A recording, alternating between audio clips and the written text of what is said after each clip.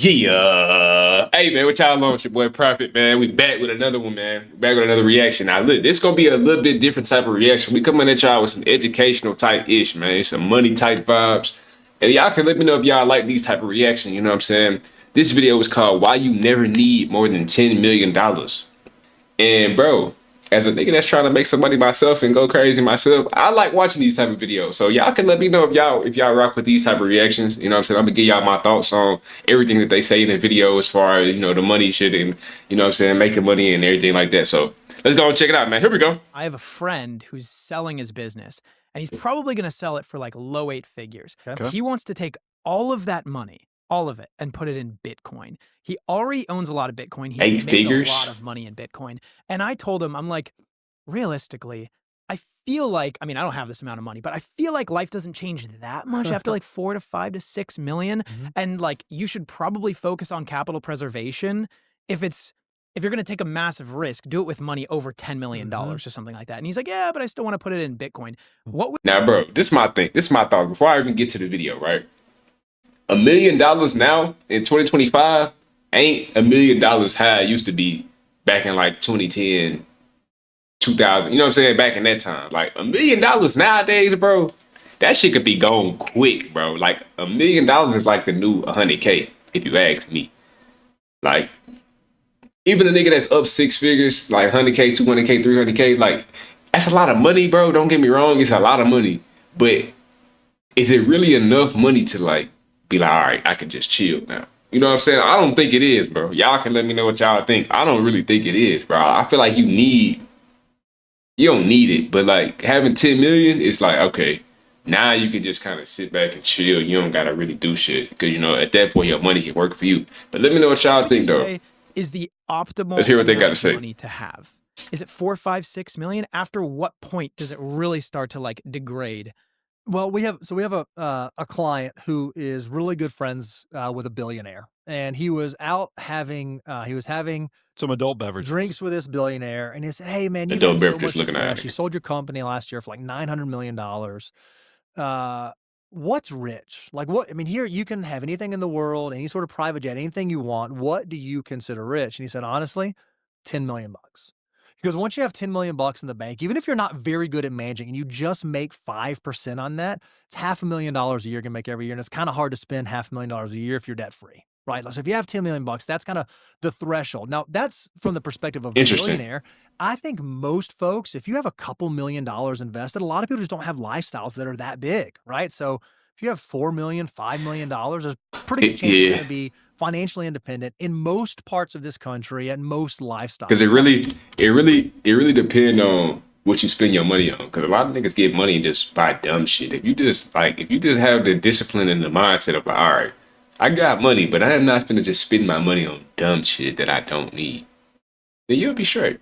I don't think it's as much about capital preservation, or maybe it's a flavor of that. It's more about diversification. It's concentration risk. What if Bitcoin doesn't work? What if something happens and there's some shift and all the hype doesn't pan out, and you had all of your net worth tied up in that, not just a couple millions of dollars you already own, but the couple of million plus the 10 million. You've already won the game. Or if you haven't won the game, you've rounded third and you're coming close to home plate. Do you really need to start showboating between third and home, or is the risk just not worth it? That's an interesting way to put it, for sure. Real estate assets or income producing securities or a diversified portfolio, or just have money sitting in a high yield money, whatever that thing may be for you. Putting it all in Bitcoin is betting all of your wad on this one outcome that if it doesn't happen, why take that risk? Before I went out, imagine getting $10 million and fucking it up. Imagine that. A lot of Lucent technology executives, and a lot of people probably don't even remember what Lucent was, but Lucent was the high flyer of the 90s. I mean, if you go and look it up, it was a Fortune 500. NVIDIA. I mean, it was you couldn't lose with this investment. And I've unfortunately dealt with executives who have won the game, but because they were overly concentrated, they've watched that wealth turn to pretty much nothing. And that's what I would ask your friend is, have you thought about, because some of this is systemic risk you have for going back to poor. Why, if you won the game, is it a responsible Now, thing? for y'all who don't know, like the game that they talking about is like this money game. If y'all don't know, bro, this life shit is like it's real life, bro. But it's like a game, bro. Like once you make a certain amount of money, it's like you beat the game, and now you can just go play the game however you want to. Like you can just play the life on easy mode type shit. Like when you get $10 million, $1 million, a couple $1 million, you don't gotta work no job. You know what I'm saying? You don't gotta quit your 9 to 5. You can just live how you want to live, take care of your people, whatever you want to do. You feel me? Like it's really no rules to that point. Like you can just live how you want to live. So that's what they talking about, like as far as the game go. And we in the fucking game. This is a matrix, man. To even leave that risk sitting out. This shit all about control, bro. At a minimum, carve off what you would need for a safe withdrawal rate to keep that diversified and safe, or even liquid. I mean, if you don't like traditional investments, that might even be something you want to consider just keeping liquid. That would be a better play, because I think he's not thinking about the emotional toll it would take to go from winning the game and having tremendous success and taking it down to zero. That would destroy you. Kevin O'Leary said on the Diary of a CEO podcast that he keeps $5 million in cash at all times. I don't think that's the craziest thing. And that's it. And he said he doesn't touch it, but that mentally for him, that no matter what happens, if everything I got this went to cash. pot, that's my. That's smart. That's smart. Even if you're not a billionaire, I think a lot of us can. It's why we tell.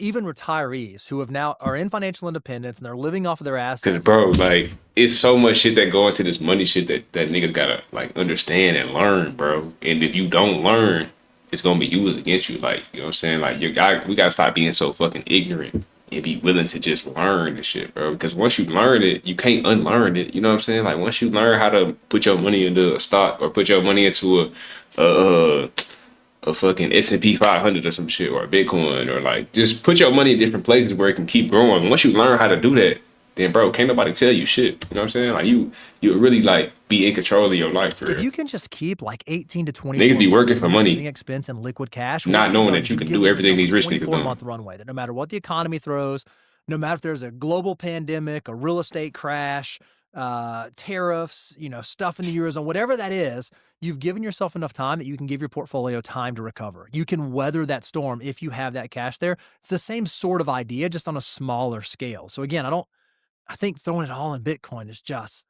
that's insane. I think at Kevin's level, that's probably just a nice safety net for him for peace of mind. But I will tell, and I cover this in Millionaire Mission too, is that I think excess cash, now don't mishear me, for anybody who's just starting a journey, just get the steps 1 and 4, which is basically an emergency reserves, and I want to get in the lump and everything else. But I think once you reach a certain level of success, right around step 8, there's nothing wrong with having extra cash, because cash can be a tremendous wealth builder too. Because if you keep some excess cash, you can play around with it. You can invest that shit. Everybody else is out of cash. Think about every time we've had a collapse or a market downturn, because people cut it so thin. And most people are not walking around with the right type of emergency reserves.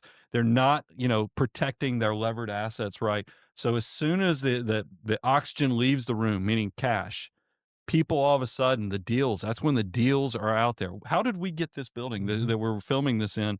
Was right after the pandemic. The owner was second guessing because he'd gotten an offer the previous year, and he was like, "Man, I'm telling y'all, bro." And we were able to come in and opportunity. Now it looks like the deal of a lifetime. But it's because there was enough fear in the marketplace that cash, if we didn't have it, we wouldn't have been able to do the deal. And that's what a lot of people will look at success and think it was. That's what getting money allow you to do, bro. It allow you to just like sit back and be like, all right, I got options now. I got a little bit of time. I can sit back and wait and see which opportunities align with what I'm trying to do. Like he just said, they found a building that they can, shoot podcasts in, but they was only able to get the building because they had the cash. You see what I'm saying? Luck, but I'm telling you, it really is that intersection of opportunity and preparation. And sometimes cash, you can buy assets that you never thought possible because nobody else has cash. Having dry powder money after you've kind of won the game and other things can be very rewarding. It can be. It can, for sure. What you don't recognize is that more money is likely lost trying to avoid the next downturn than if you were to actually just participate in the next downturn and stay through it. And just bro, it's crazy he said that, because I've been reading this book called The Psychology of Money. If y'all haven't read that book, I recommend y'all read that shit. But it's just like, it was telling me, I was reading that shit last night before I went to sleep. It was like, bro, if you can, because depression's gonna happen, you know what I'm saying? This shit go up and down. Like the money shit, the markets, all the shit go up and down, up and down. Like it's never just, you know what I'm saying, or it's never just like this, or it's never just like this. It's always gonna go up and it's gonna come down. So the downturn is inevitable. Like that shit gonna happen regardless, nigga. But it's like if you got the willpower to stay patient and to like really stick to whatever you investing in, you'll be straight. But like what a lot of niggas do, they like when they see that shit going down, they panic and they feel like, oh, I got to sell or I got to get rid of this, I got to do this. But bro, it shit, like I said, it's gonna come back up eventually. Especially if it's you investing in something that you fuck with, you know what I'm saying? So that's a good point he just said there for sure. And I think a lot of people who sit on the sidelines, they wait and they wait and they wait and they wait. And finally, it's never the right when perfect things time to feel jump good, in. So right just when jump they say, in. okay, now I have an extreme level of confidence. Market just hit a new all-time high. Now I'm going to go to work. And then they invest. And then the downturn happens. Tough. What y'all think about this video though, man? Let me know if y'all want more videos like this. And I got y'all. It's your boy Prophet and we gone. Here we go.